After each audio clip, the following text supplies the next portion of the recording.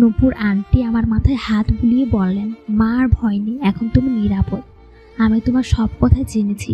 তোমার উপর যা অত্যাচার হয়েছে তাতে তুমি একজন নয়, হাজারটা মেয়ে ভেঙে পড়তো, কিন্তু তুমি এখনো বেঁচে আছো, এটাই তোমার সাহসের প্রমাণ।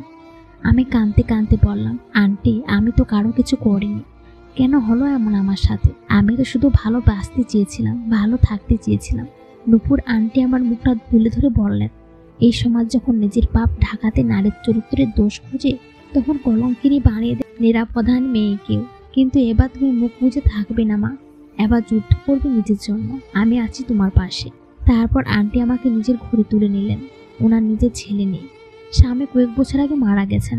একা থাকলেন সমাজসেবার যুক্ত হয়ে। আমি একটু শান্তি পেলাম, কিন্তু হৃদয়ের যে শেষ মেসেজটা যেন মাথার ভিতরে বাজ বাঁধছিল বারবার, তোমাকে আমার কাছে পরাধীনতার স্বীকার করতে হবে অশোক। দিন কয়েক কেটে গেল। আমি ধীরে ধীরে নিজের ভাঙা আত্মবিশ্বাস খুঁজে পেতে শুরু করলাম। নূপুর আন্টির সঙ্গে একদিন থানায় গেলাম, সব ঘটনা অভিযোগ করলাম, কিন্তু পুলিশের চোখে মুখে সন্দেহ, যেন আমিই দোষী। একজন অফিসার নিচু গলায় বলল, ম্যাডাম এইসব তো মেয়েরাই পারে, উল্টো মামলা করে বিশ্বাস করা যায় না। নূপুর আন্টি চিৎকার করে বলেন, এই মেয়েটা নিজে আসছে বেঁচে চাইতে, আর আপনি তাকে দোষারোপ করছেন? তাহলে কোথায় যাবে সে? তখন আরেকজন সিনিয়র অফিসার এলেন।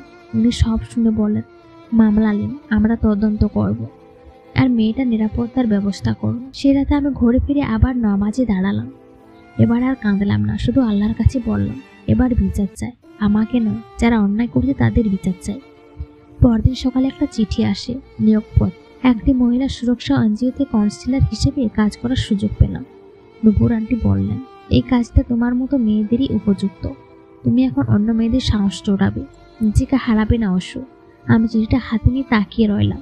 হয়তো নতুন একটা যুদ্ধের শুরু হলো আজ থেকে, কিন্তু আমি আর পেছনে ফিরে তাকাবো না।